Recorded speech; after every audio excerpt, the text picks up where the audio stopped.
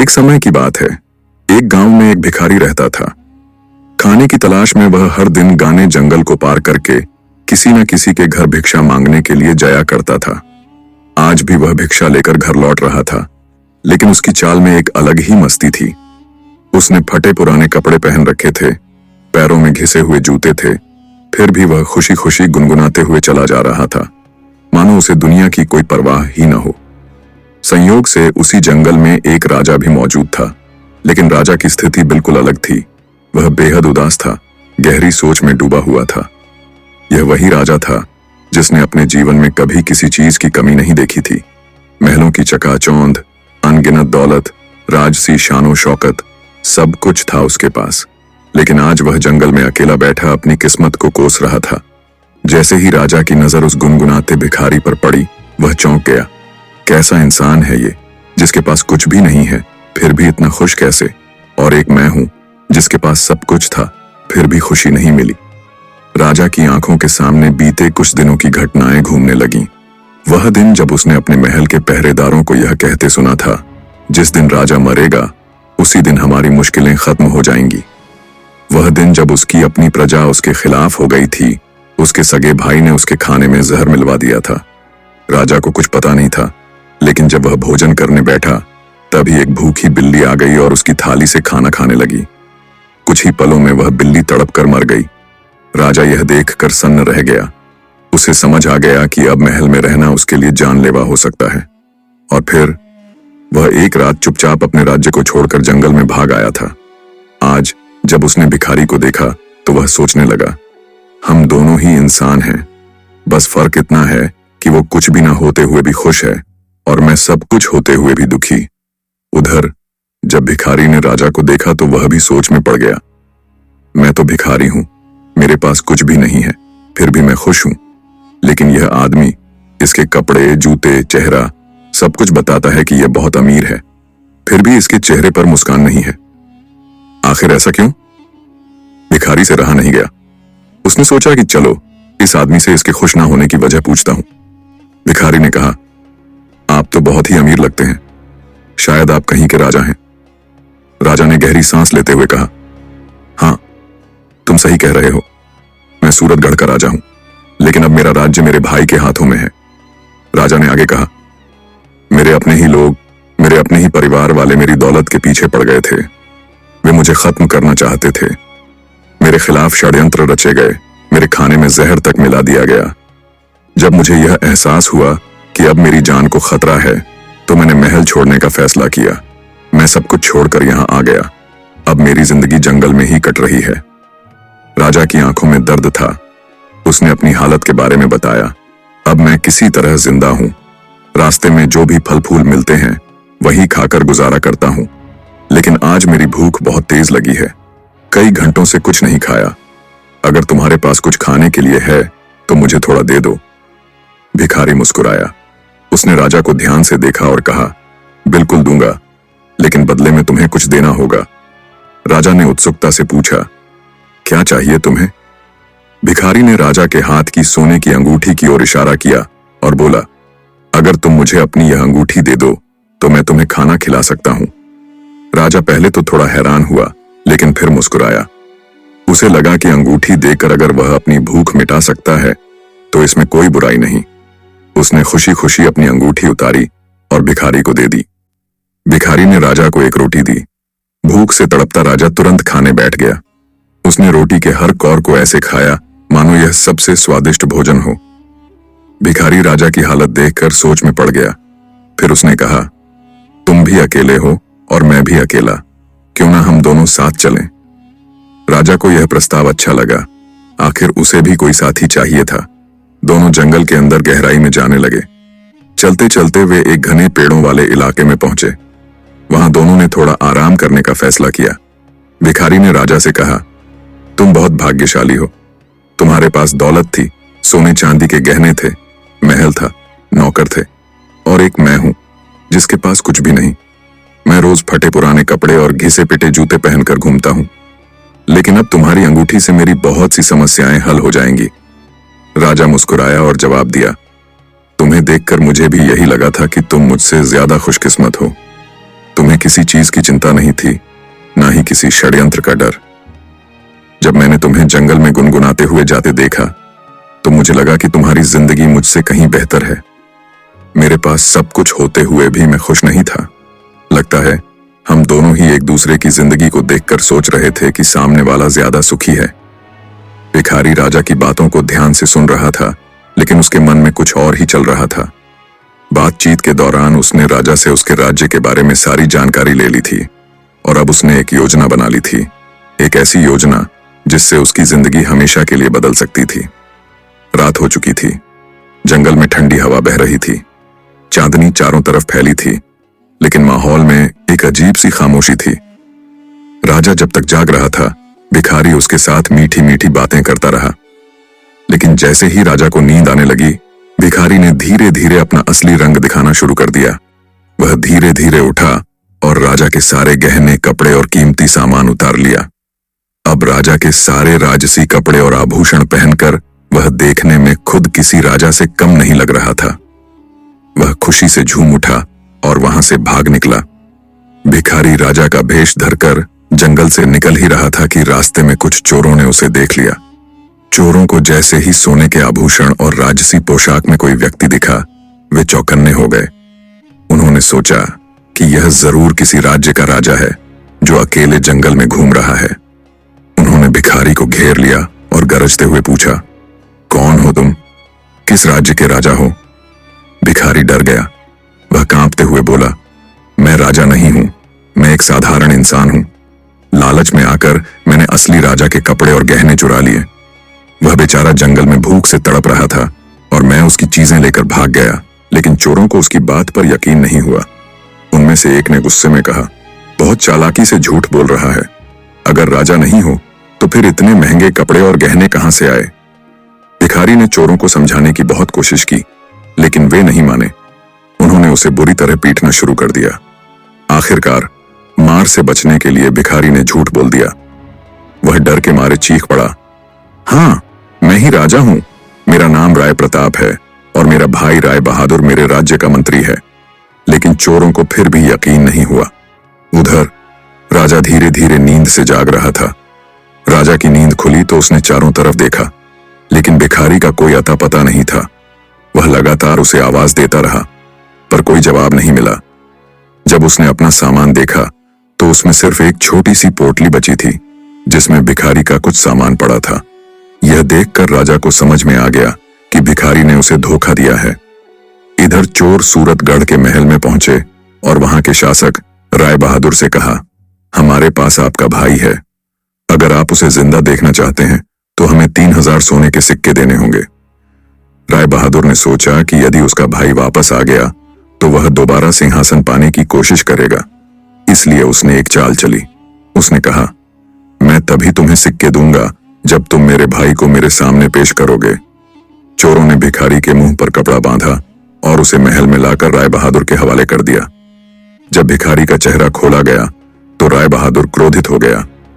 उसने चोरों से कहा, तुम सब मूर्ख हो, यह मेरा भाई नहीं है। तुमने मुझे धोखा देने की कोशिश की है। चोर डर गए। राय बहादुर ने उन्हें धमकाया, अगर तुम मेरे असली भाई को 2 महीने के अंदर नहीं लाए तो तुम्हें मौत की सजा दी जाएगी। चोरों ने मौका मिलते ही महल से भागने की कोशिश की, लेकिन राय बहादुर ने उन्हें चारों तरफ से घेर लिया। अगर भागने की कोशिश की तो तुम्हें जिंदा दफना दिया जाएगा। राय बहादुर की यह बात सुनकर चोरों के होश उड़ गए। उन्होंने भिखारी से पूछा, अब तो सच बता दे, असली राजा कहां है? भिखारी डरते हुए बोला, मैंने उसे जंगल में छोड़ दिया था, लेकिन अब वह कहां होगा मुझे नहीं पता। उधर जब राजा ने वह पोटली खोली तो उसमें एक साधु का चोला रखा था। उसने साधु का वेश धारण कर लिया और जंगल से निकलकर एक छोटे से गांव में जा पहुंचा। वहां एक नदी के किनारे वह थककर सो गया। राजा 2 दिनों तक गहरी नींद में रहा। गांव के लोग उसे ध्यान में लीन कोई महात्मा समझने लगे। उन्होंने राजा के पास चावल, फल और प्रसाद रखना शुरू कर दिया। कुछ लोग वहां धूप जलाने लगे। तीसरे दिन जब राजा की नींद खुली तो उसने अपने चारों ओर फलों और प्रसाद का ढेर देखा। यह देखकर वह हैरान रह गया। उसने मन ही मन सोचा, सन्यासियों का जीवन कितना सरल होता है, बिना मेहनत किए भोजन मिल जाता है। अब राजा ने वहीं पर एक कुटिया बना ली और रहने लगा। गांव वाले उसे पूज्य मानने लगे और रोज उसे चढ़ावा चढ़ाने लगे। कुछ महीनों बाद गांव के लोग राजा के पास आए और बोले, बाबा, हमारे गांव में कई सालों से बारिश नहीं हो रही, कृपया कोई उपाय कीजिए। राजा यह सुनकर परेशान हो गया। वह जानता था कि वह कोई सच्चा साधु नहीं है, न ही उसके पास कोई शक्ति थी, लेकिन वह अपनी सच्चाई किसी को नहीं बता सकता था। इसलिए उसने कहा, यदि पूरे गांव को वर्षा चाहिए तो मुझे 2 महीने का उपवास करना होगा।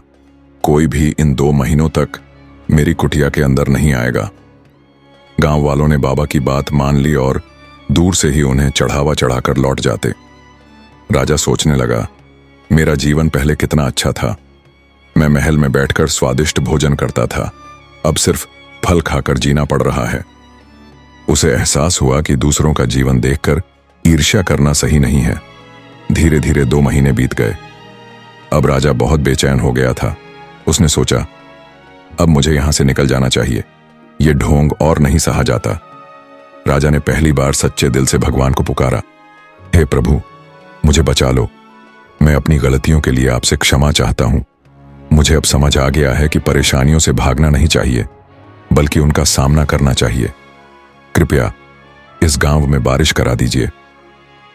इधर गांव वाले रोज दूर से कुटिया के बाहर भजन कीर्तन करते और चढ़ावा चढ़ाकर लौट जाते। फिर अचानक एक दिन कुछ अजीब हुआ। आसमान में काले बादल छा गए, तेज हवाएं चलने लगीं और फिर मूसलाधार बारिश शुरू हो गई। गांव वाले खुशी से झूम उठे और राजा की जय जयकार करने लगे। वे दौड़ते हुए कुटिया के पास पहुंचे और बोले, बाबा, आप महान हैं, आपकी कृपा से हमारे गांव में बारिश हो गई। राजा भी यह देखकर आश्चर्यचकित था। उसे समझ आ गया कि भगवान ने उसकी परीक्षा ली थी और अब उसे अपनी सच्चाई स्वीकार करनी होगी। उसने गांव वालों के सामने हाथ जोड़कर कहा, सच्ची श्रद्धा और मेहनत से हर कठिनाई का हल निकल सकता है। कभी भी भाग्य को कोसना नहीं चाहिए, बल्कि अपने हालात का सामना करना चाहिए। इसके बाद राजा ने महल वापस लौटने का फैसला किया, लेकिन इस बार वह पहले की तरह लालच और जलन से भरा इंसान नहीं था। उसने जीवन की असली सच्चाई समझ ली थी। राजा को रोकने के लिए गांव वालों ने कहा, आप यहां से नहीं जा सकते, हम आपकी सेवा के लिए एक आदमी भेजेंगे। राजा ने सोचा, ठीक है, जो होगा देखा जाएगा, और वहीं रहने लगा। कुछ समय बाद वही भिखारी और चोर राजा को खोजते खोजते उसी गांव में पहुंच गए। वहां के लोगों से उन्हें पता चला कि गांव में एक चमत्कारी बाबा हैं जो सबकी परेशानियों का हल बताते हैं। यह सुनकर वे बाबा से मिलने गए। जब भिखारी और राजा आमने सामने आए तो दोनों ने एक दूसरे को पहचान लिया, लेकिन चोरों के सामने अनजान बने रहे। राजा, जो अब साधु के वेश में था, चोरों से बोला, तुम लोग कहां से आए हो? कुछ देर बातचीत करने के बाद राजा ने उन्हें जाने की अनुमति दे दी। बाद में जब मौका मिला तो भिखारी राजा के पास अकेले में आया और सारी सच्चाई बताने लगा। उसने कहा, मुझे लालच आ गया था, इसीलिए मैंने आपके कपड़े और गहने पहन लिए थे, लेकिन जैसे ही मैंने उन्हें पहना, ये चोर मेरे पीछे पड़ गए। उन्होंने मुझे पकड़कर पूछा कि मैं कौन हूं और कहां से आया हूं। डर के मारे मैंने आपके बारे में और आपके राज्य की सारी जानकारी दे दी। फिर ये चोर मुझे राजमहल ले गए और आपके भाई को 3000 सोने के सिक्कों के बदले बेचने की योजना बनाई। भिखारी ने आगे कहा, आपका भाई खुद राजा बनना चाहता था, इसलिए वह आपको मारना चाहता था, लेकिन जब उसने मेरा चेहरा देखा तो पहचान गया कि मैं असली राजा नहीं हूं। फिर उसने चोरों को आदेश दिया कि वे 2 महीने के अंदर असली राजा को खोज कर लाएं। तभी से हम आपको ढूंढ रहे हैं। फिर भिखारी बोला, अब आप साधु के रूप में जो भी कहेंगे ये चोर मान लेंगे। राजा, जो अब साधु के वेश में था, चोरों के सामने आया और भिखारी से सुनी सारी बातें उन्हें बताने लगा। यह सुनकर चोर चौंक गए और बोले, बाबा, हमें इस मुसीबत से निकालो, हम आपके सच्चे भक्त बन जाएंगे। राजा ने कहा, अगर तुम सच में मेरी बात मानते हो तो मुझे उस राजा के महल में ले चलो।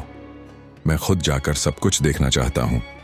वहां यह कहना कि तुम्हारे साथ एक महान साधु महात्मा आए हैं जो भूत, भविष्य और वर्तमान सब कुछ जानते हैं। चोर और भिखारी राजा को लेकर सूरतगढ़ के महल में पहुंचे। चोरों ने राजा के मंत्री और भाई से कहा, हमारे साथ एक बहुत बड़े महात्मा आए हैं जो आपको आपके भाई राजा राय प्रताप से मिलवा सकते हैं। राजा का भाई, जो अब राजा बन चुका था, बहुत खुश हुआ और बोला, बाबा, कृपया मुझे मेरे भाई से मिलवा दीजिए। अब मैं इस राज्य का राजा बन रहा हूं, क्योंकि मेरा भाई बिना कुछ कहे महल छोड़कर चला गया था। राजा, जो साधु के रूप में था, चुपचाप चोरों के पास गया और कहा, मैं थोड़ी देर के लिए इस राजा का भाई बन जाता हूं। फिर उसने अपने राजसी कपड़े पहने और दरबार में पहुंच गया। यह देखकर पूरी प्रजा हैरान रह गई और खुशी से जयकारे लगाने लगी। लोगों ने राजा से पूछा, आप इतने दिनों तक कहां थे? लेकिन राजा का भाई घबरा गया और चिल्लाने लगा, यह मेरा भाई नहीं है, यह तो एक साधु है। यह बस थोड़ी देर के लिए मुझे मेरे भाई से मिलवा रहा है।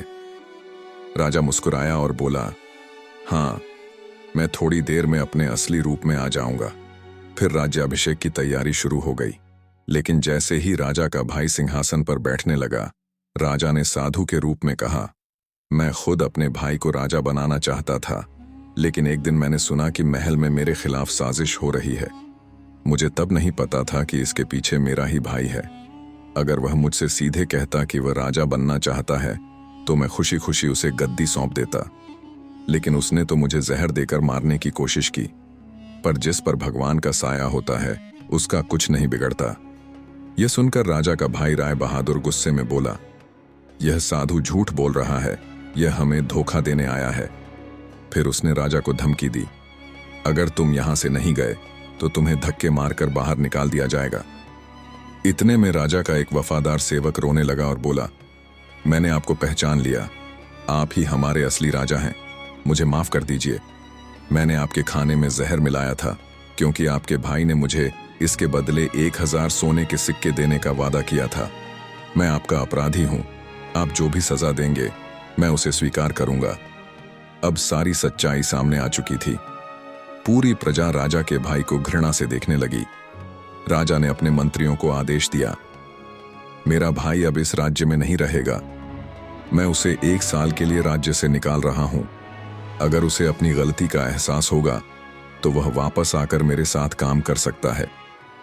इस तरह राजा राय प्रताप फिर से अपने राज्य का सच्चा शासक बन गया और अपनी प्रजा की सेवा में लग गया। राजा ने भिखारी को अपना मंत्री बना लिया और चोरों को महल में माली का काम दे दिया। 1 साल बाद राजा का भाई वापस आया। उसे अपनी गलती का एहसास हो चुका था। उसने राजा से माफी मांगी और ईमानदारी से अपने कर्तव्य निभाने का वचन दिया। राजा ने उसे माफ कर दिया और महल में फिर से उसका स्थान दे दिया। इसके बाद राजा पूरी ईमानदारी और सच्चाई से अपना राजपाट चलाने लगा। दोस्तों, अगर आपको यह कहानी पसंद आई हो तो हमें कमेंट में बताएं और हमारे चैनल को सब्सक्राइब करना ना भूलें, ताकि आपको इसी तरह की और भी प्रेरणादायक कहानियां मिलती रहें। धन्यवाद।